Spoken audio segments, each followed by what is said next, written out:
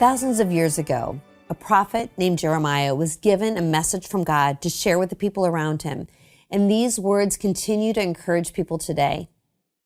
He said, "I know the plans I have for you, plans to prosper you and not to harm you, plans to give you a hope and a future." Do you know what it feels like to live without hope? To feel like nothing will ever change? Have you ever experienced an empty and confusing ache that whispered, "Why are we all here, pretending there's a point to it all? Is this some cosmic cruel joke?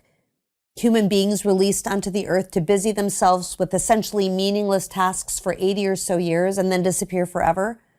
What is the world's solution to this existential crisis?" I think in the day-to-day, the solution is busyness. Just keeping yourself busy enough with activities you enjoy so that you don't think about the ever-reaching lineup of meaningless days to come until you die. That was Montaigne's suggestion. Then there's a broader solution, one that you can dedicate your whole life to. That solution is justice, spending your time on earth in the honorable pursuit of perfecting this world for future generations of human beings. And certainly justice is admirable and good. Of course it is. But why are we trying to perfect this world for future human beings if we don't really know what the point of this world is? Let's say we succeed, we fight for justice and we win, and the world is now a utopia in which everyone can do what? Fill their days with meaningless activities so that they stay busy until they die?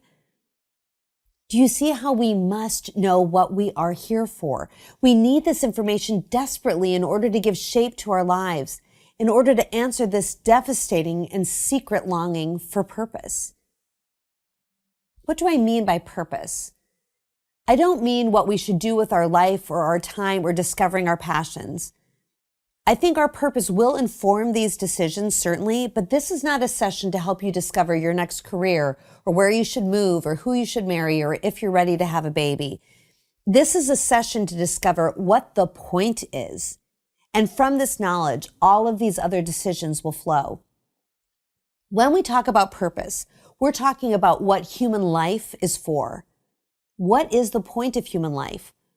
What does all this mean? Does my life mean anything, or is this all just random and senseless, so who cares what I do with myself? Is there a purpose to our being here, to our existing at this particular time? I've got an answer to these questions. Yes.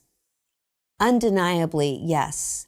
We have a purpose. There is an end goal, and we are not here simply to fill our time with entertaining and admirable pursuits until we cease to have time to fill. We have a true and essential purpose. We were made for something, and we know this because, as we said before, when God sets something in motion, He has a vision for its path. He knows to what end, for what purpose He has set it in motion. And because He loves us, He wants us to know what that purpose is. What information is available to us? Well, we have our interests, our emotions, our inherited ideas about life, our newly acquired ideas about life that may look a little different from the ones we were raised with, our firmly held beliefs, the beliefs of our friends, and the problems we care about in the world.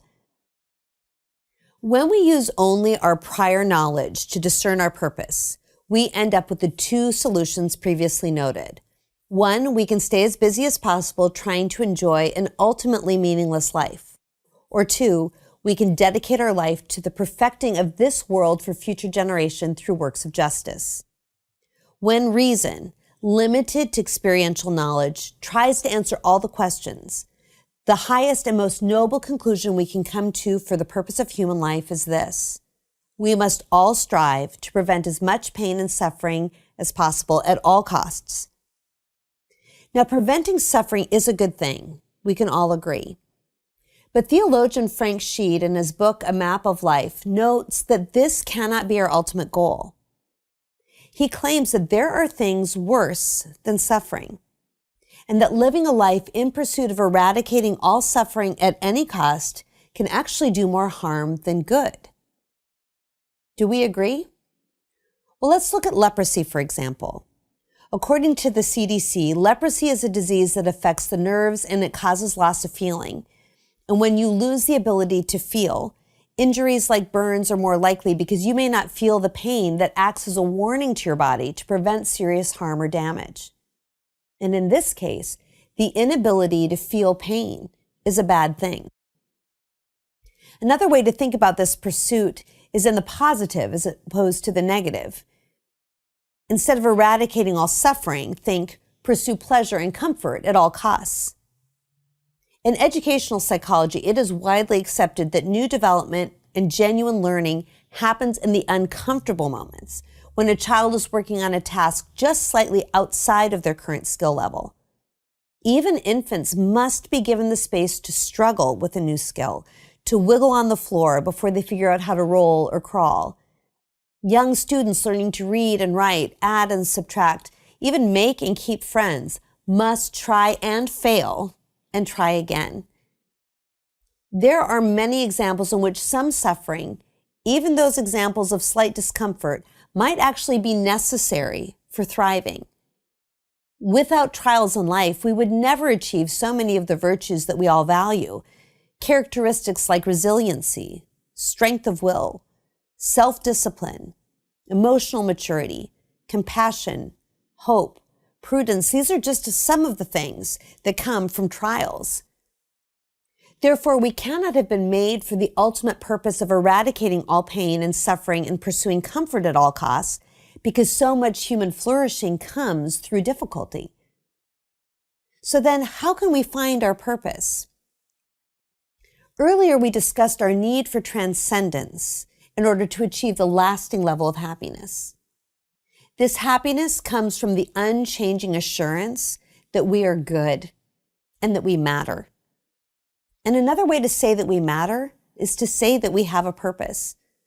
So putting it all together, the need for this transcendent happiness is actually our need to be told what it is we are for.